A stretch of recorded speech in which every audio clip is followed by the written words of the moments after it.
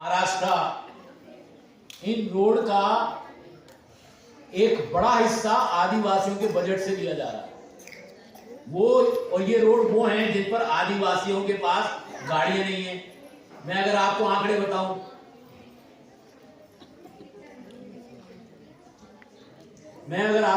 बताऊं, तो उन आंकड़ों के हिसाब से आदिवासियों के 75% जो आदिवासी हैं वो गरीबी की रेखा के नजदीक रहते हैं।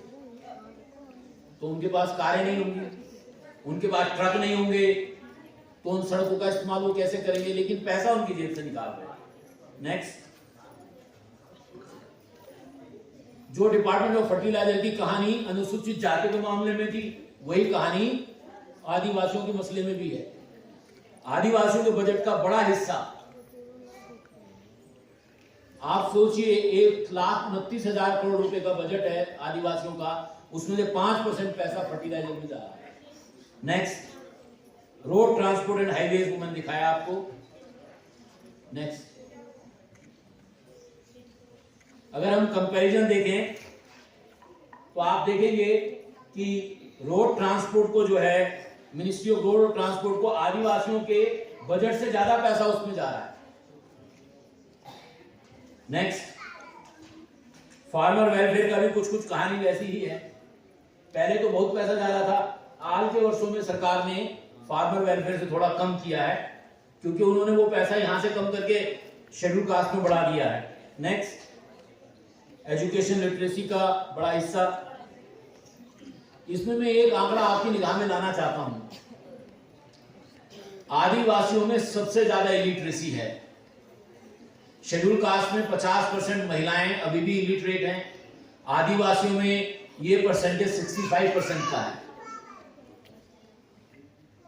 सरकार से हम ये जरूर पूछना चाहते हैं कि अगर इतना पैसा अलॉट हो रहा है तो क्या वाकई में ये आदिवासियों की शिक्षा पे जा रहा है या बिल्डिंग बनाने में जा रहा है? नेक्स्ट, जैसा मैंने कहा था कि शेड्यूल ट्राइब का ज्यादातर पैसा 15 मंत्रालयों को दिया जा रहा है। जो आदिवासियों के विकास का जिम्मेदार तो मिनिस्ट्री ऑफ ट्राइबल अफेयर है, लेकिन आदिवासियों के विकास का 90% पैसा जो है वो जिन मंत्रालय को जा रहा है वो है ministry of agriculture farmer welfare, 10% पैसा। दूसरा जो है road and transport, rural development करीब 18%। तो ये पैसा इस तरह से जो है विभिन्न मंत्रालयों को दिया जा रहा है। बल्कि लक्षद्वीप जो है, लक्षद्वीप का जो सारा का सारा बजट है वो आदिवासियों से वसूल किया जा रहा है, जबकि वो तो एक स्टेट है, यूनियन टेरिटरी है, उसका पैसा आदिवासियों से क्यों ले जाना चाहिए? ये कारण, लॉजिक तो हमको समझ में नहीं आ रहा। नेक्स्ट, और ये उन मंत्रालयों की लिस्ट है, विभागों की लिस्ट है, जिसमें सरकार ने आदिवासियों का केवल 7% पैसा उनसे लिया गया है। नेक्स्ट, ये वो मंत्रालय हैं, आप देखेंगे ये अधिकांश वही मंत्रालय जो अनुसूचित जातियों को पैसा नहीं दे रहे हैं, वही मंत्रालय हैं जो अनुसूचित जाति को भी पैसा नहीं दे रहे। मैं जैसे for example civil aviation department, civil aviation का डिपार्टमेंट है, मैं एक बार सिविल एविएशन मिनिस्टर से मिला, मैं मिलता रहता हूँ, नेक डोर की तरह मिलता रहते हैं। तो सिविल एविएशन के मिनिस्टर मेरे को कहते हैं, आप मेरे पास क्यों आए, सोशल जस्टिस के पास क्यों नहीं गए? मैंने कहा नहीं साहब, हम सिविल एविएशन मंत्री के से मिलने आए। मैंने कहा साहब देखो, हम हवाई जहाज तो खरीद नहीं सकते और हवाई जहाज की कंपनी भी नहीं बना सकते, लेकिन साहब इस देश में पायलट की बहुत भयंकर कमी है। जो एयर होस्टेस है उनकी भी बहुत कमी है, एयर स्टाफ की कमी है। कम से कम आपका मंत्रालय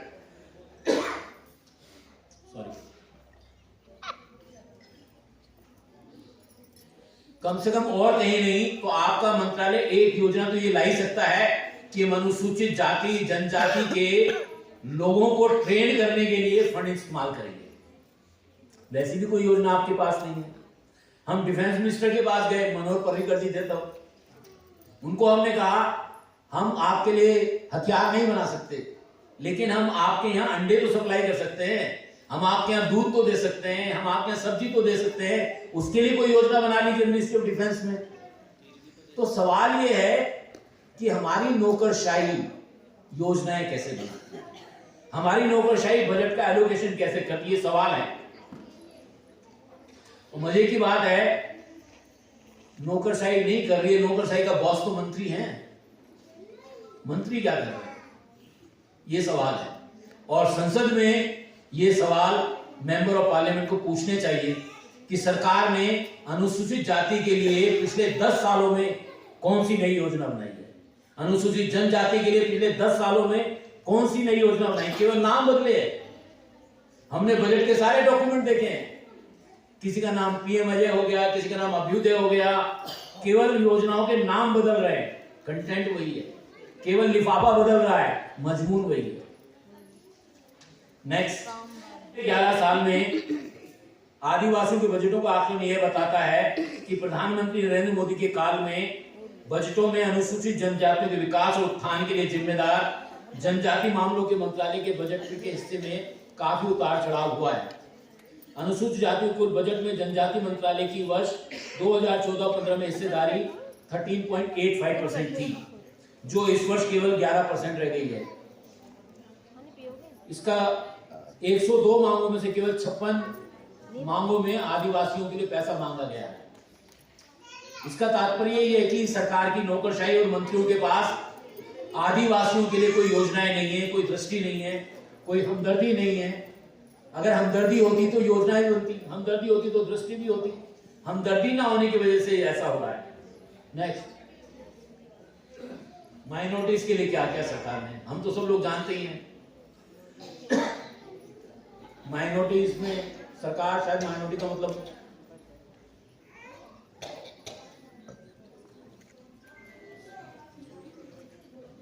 नेक्स्ट, ये बड़ा इंटरेस्टिंग है।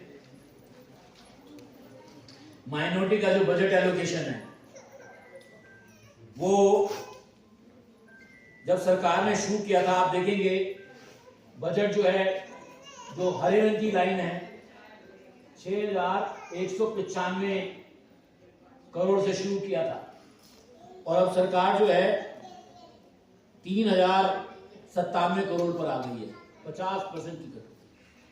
और ये तब है जब पैसे का डिवैल्यूएशन भी हुआ है, इन्फ्लेशन भी बढ़ा है, तो एक्चुअल में तो पैसा और भी कम है। ऐसे ही हम देखेंगे कि सरकार ने अलॉट तो किया 6,195, रिवाइज करके सरकार ने रिवाइज करके किया उसने 3,712 2014-15 में, असल में खर्च किया 3,654।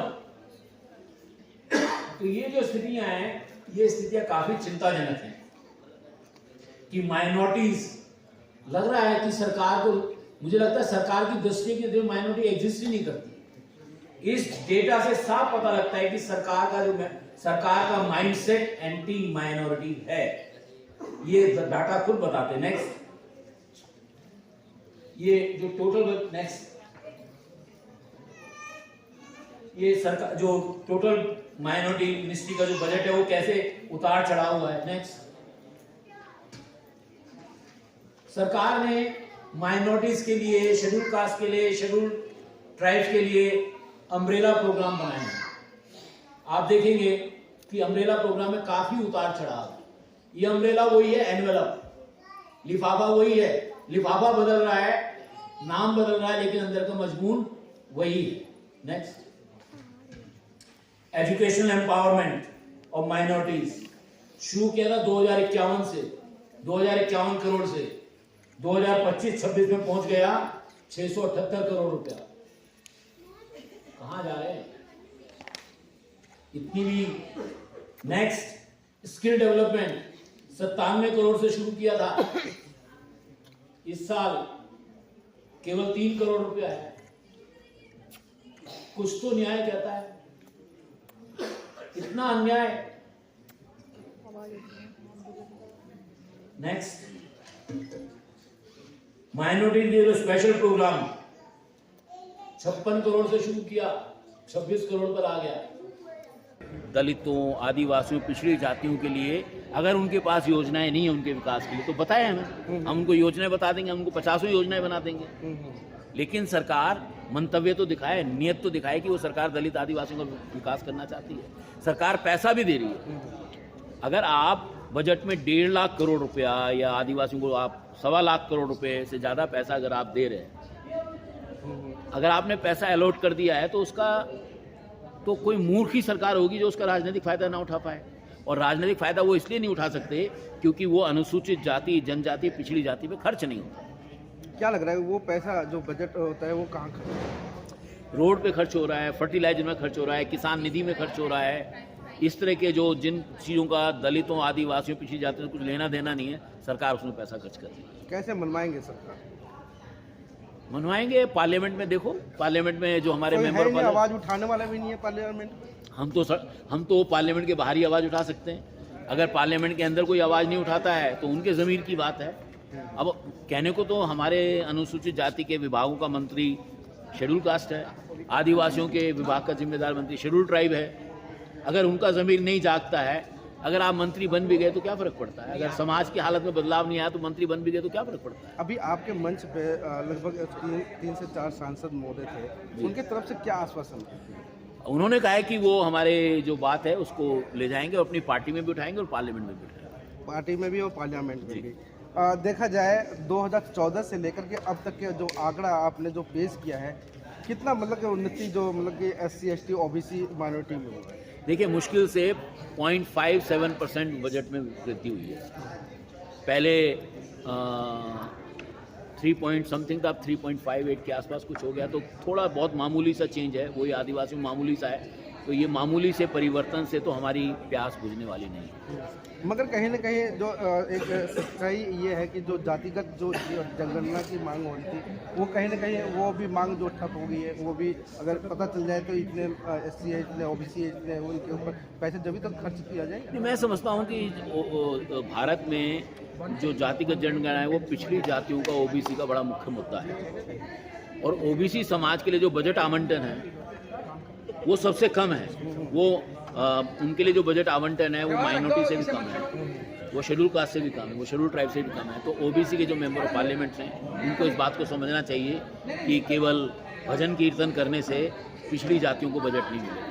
क्या लग रहा है कि अभी भी जो जैसे कि मैं बात करूं बैकवर्ड की उसमें जो SC ST OBC सभी लोग माइनॉरिटी भी आते हैं उसमें, उनके लिए जो शिक्षा की जो बातें होती हैं, स्कूल कॉलेज की बातें होती हैं और स्वास्थ्य की बातें होती हैं, क्या लग रहा है कि मतलब ट्राइब क्षेत्रों में ये सब देखने को मिलता है?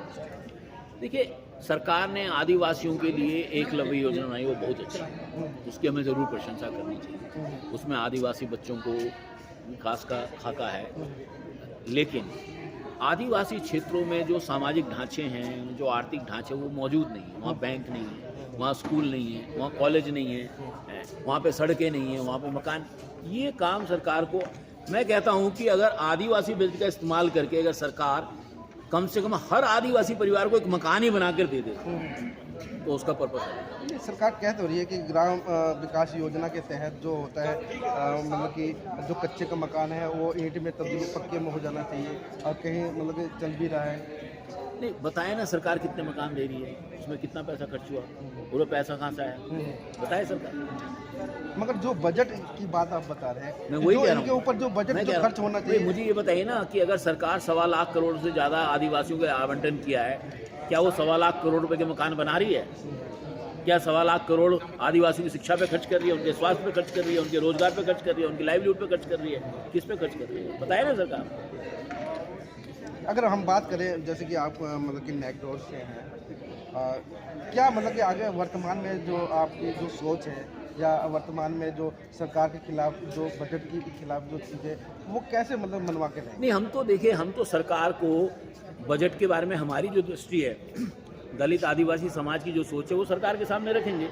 अगर सरकार नहीं मानेगी तो उसको राजनीतिक खामियाजा भुगतना पड़ेगा। बहुत सारे संघर्ष हुए हैं रोड पे, मगर सरकार के ऊपर जो तकलीफें, देखिए नैकडोर पहली बात तो किसी बात को छेड़ता नहीं, अगर छेड़ता है तो उसको पूरा करवा के दम लेता है। चलिए, तो बहुत बढ़िया बात है कि नैकडोर जो संस्था है जो जो सर इसके राष्ट्रीय अध्यक्ष है, उन्होंने एक आश्वासन भी दिया है कि नेक डोर मनवा के ही रहेगी। जो बजट है वो जो एक्चुअल में जो बजट जहाँ पे खर्च होना चाहिए वहीं पे खर्च होना चाहिए, न कि अनाप शनाप कार्यों में खर्च होना चाहिए। मैं संतोष कुमार बेस और आप देख रहे हैं आवाज़ भारत। धन्यवाद।